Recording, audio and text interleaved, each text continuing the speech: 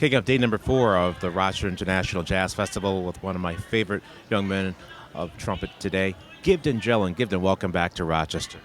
How you doing, man? It's great to be back. I think the last time was 2 years ago. Feels great. So catch us up. Last time you were here was 2 years ago, and what have you been doing for music and touring, and catch us up. So yeah, I've just basically been working up a new band right now, and we have a new album coming out later this year.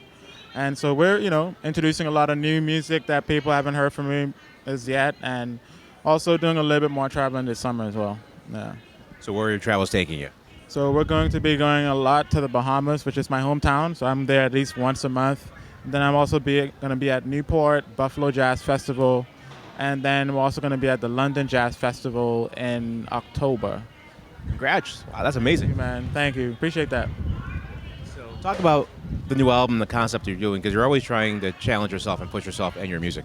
Well, the new album is called Island Dreamer, and a lot of it is basically going back to my hometown. So there's a lot of things going in the background in terms of the whole entire project. So I have educational initiatives going on in the background and other things going on community-wise, and then the music, I'm basically getting a lot of island music together. I have my brother playing drums. I know, it's crazy.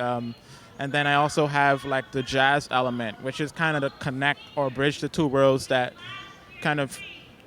are a part of my musical DNA. I think we talked about that last time. Yeah. So for folks who don't know where you're from, where are you from?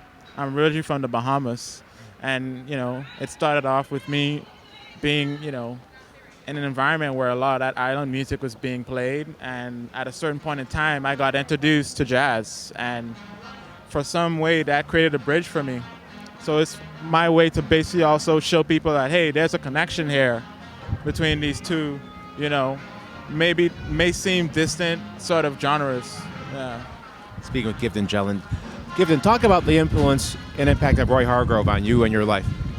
Well, it's been a huge impact ever since I heard him for the first time, which was when I was about 12, I want to say. And yeah, from since then, he's been a huge inspiration to me, and I was so fortunate to be able to meet him in New York about 2 years before he passed.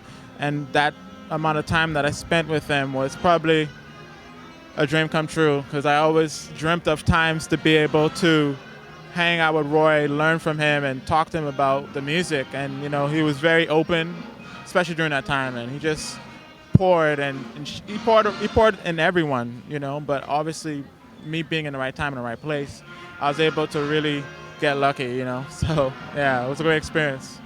Also, talk to me about the impact of Eric Wyatt and the whole small scene and what that was like for you in terms of like growth as a musician and as an artist. Eric Wyatt is one of those people that definitely goes and makes sure that he knows what's going on. He always is in touch, and he's done it for a lot of musicians before me, but I remember when I first was playing at Smalls, he came up to me and he said, "Hey man, what's your name?" And that introduction created a whole, created more opportunities, because he invited me to a record date right away, and we started doing more gigs, and I'm happy to see him, because he's like a community sort of guy, and I'm glad that he's still doing Smalls, and I know he's doing big things right now with A$AP Rocky, and yeah, so I'm happy for him, and I'm glad that we also we have like 2 albums together, I think. Yeah. So what can we expect out of tonight's show? Tonight is going to be exciting, man. I have a lot of great musicians, a lot of heavy hitters. I have a lot of this young guy, Cosmo Lieberman, just graduated high school, young saxophonist.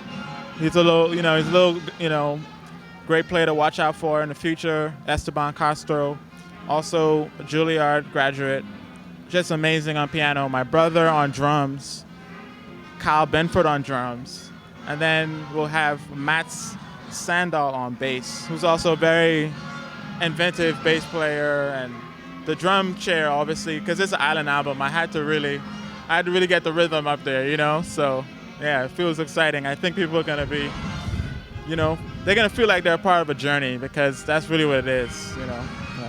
Giveton Gelin here on Jazz 90.1. Last question. Talk about your love of playing pool, billiards. Where did that come from, and what are your favorite games to play? Well, I started playing in COVID. Once COVID started, I was stuck in the house, but then I was living across the street from a pool hall. So I just wondered, okay, what is this like, you know? And I went in there and I saw guys playing crazy shots, and I was just, you know, I was drawn to it to a point where I said, okay, let me see if I can learn this thing, and I figured out how hard it was.